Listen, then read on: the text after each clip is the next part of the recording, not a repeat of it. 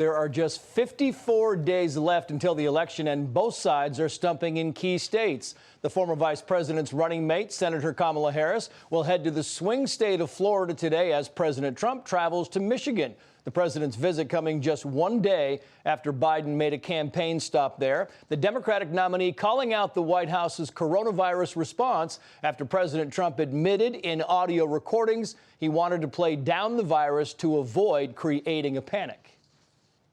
This caused people to die. And what did he do the whole time? He acknowledged that you breathe it, it's in the air, and he won't put on a mask.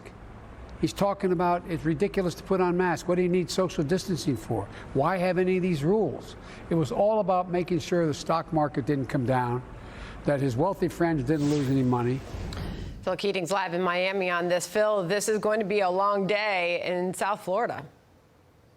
Yeah, and a rainy day as well. A lot of rain this morning, and it's supposed to keep coming back for several hours. The critical battleground state of Florida taking in a lot of candidate attention this week.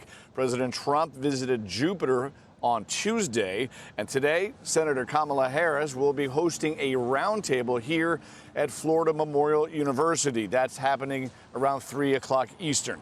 It's being billed as a community conversation with the vice presidential candidate and African-American leaders. She did a similar roundtable Monday in Milwaukee. Wisconsin, of course, also a key swing state.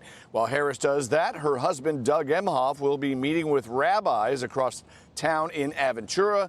Both will be talking and listening to the issues important to Black and Jewish leaders. All of this precludes former Vice President Joe Biden's planned Florida visit on Tuesday.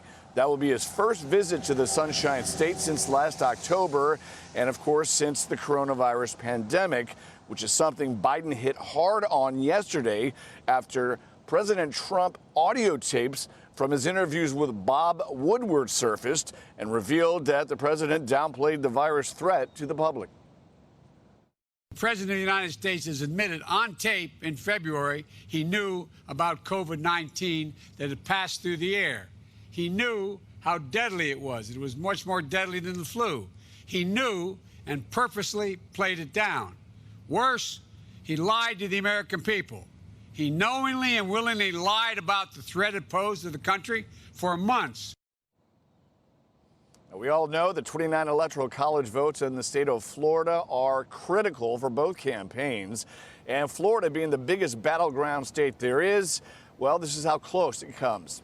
4 years ago, President Trump beat Hillary Clinton by 1.2%, very tight.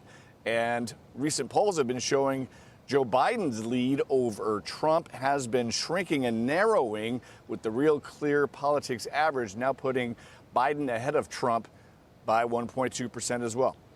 Trace? It's Sandra, tight race indeed. 55 days out. Phil Keating in Florida for us. Thank you, Phil.